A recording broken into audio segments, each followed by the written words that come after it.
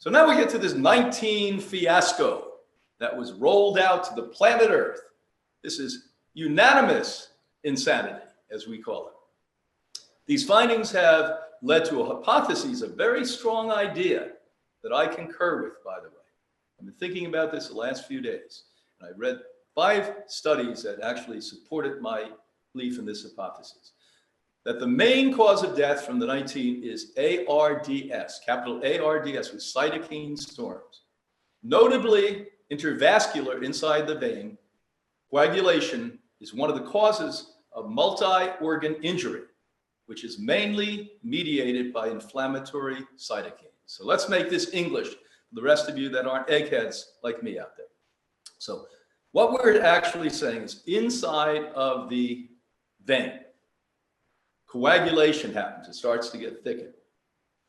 And it causes multi-organ injury because you need blood flow going to those organs. If you don't have blood flow and oxygen and nutrients going to those organs and hydration going to those organs, the organ starts to falter, which is mainly mediated by inflammatory cytokines.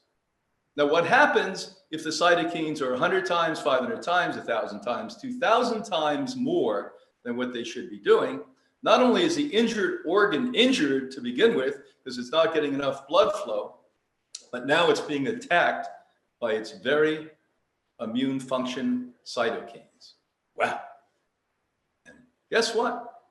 They should be researching this, because it's not only for that, it's for everything else. And I can tell you, if you start to look at cytokines, it's not only cytokines that do this, the other parts of the immune system. We're focusing in on one thing. Now, cytokines. Now, look at this chart. If you don't get it after what I've said, this one chart alone, clip this on your screen, make a copy of it, put it in front of you, and study this, study it. This is from Johns Hopkins University, and the World Health Organization published it out. And this is reported shares versus estimated shares imposed common patterns of infection and fatality, death, on respective age distribution. All big words. Who croaked from the 19 virus and who didn't croak? So look to the right part of your screen, or possibly left if you're standing on your head. 86% of the people that literally died from this 19 virus were in the highest income countries on Earth.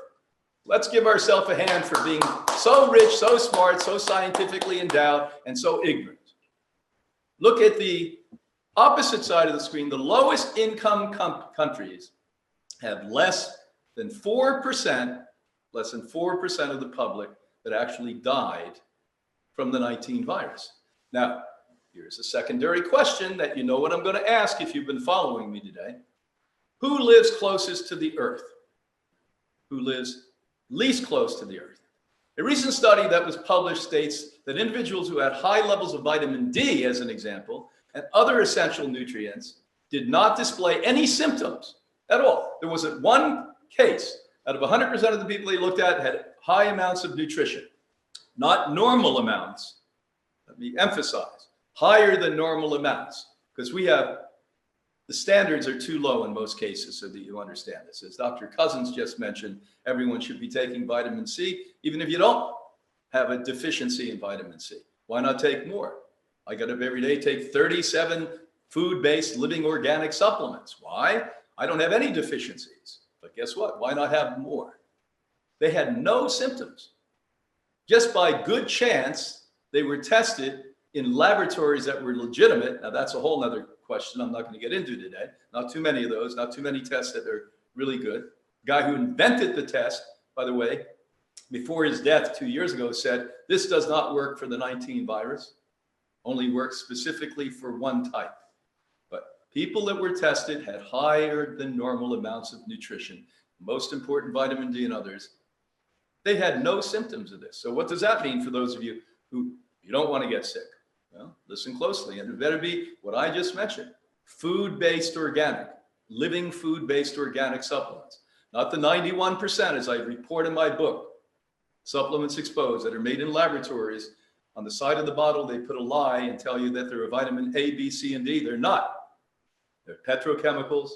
coal tar, turpentine, and other very inexpensive things that they make garbage out of.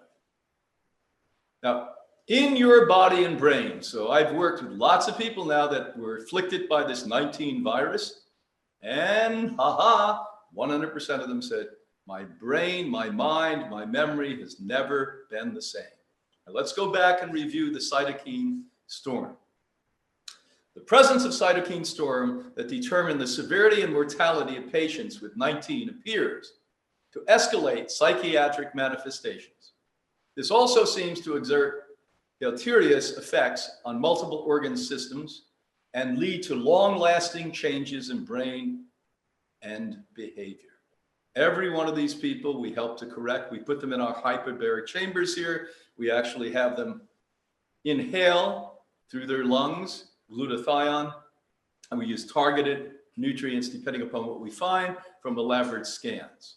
From that, we can bring these people back.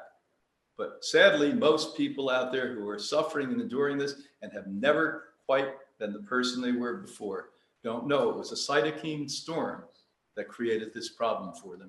And you can bring back the brain, but you've got to open up the pathways, you've got to nourish it, you've got to hydrate it, you've got to put oxygen in there, and then the potentiality occurs.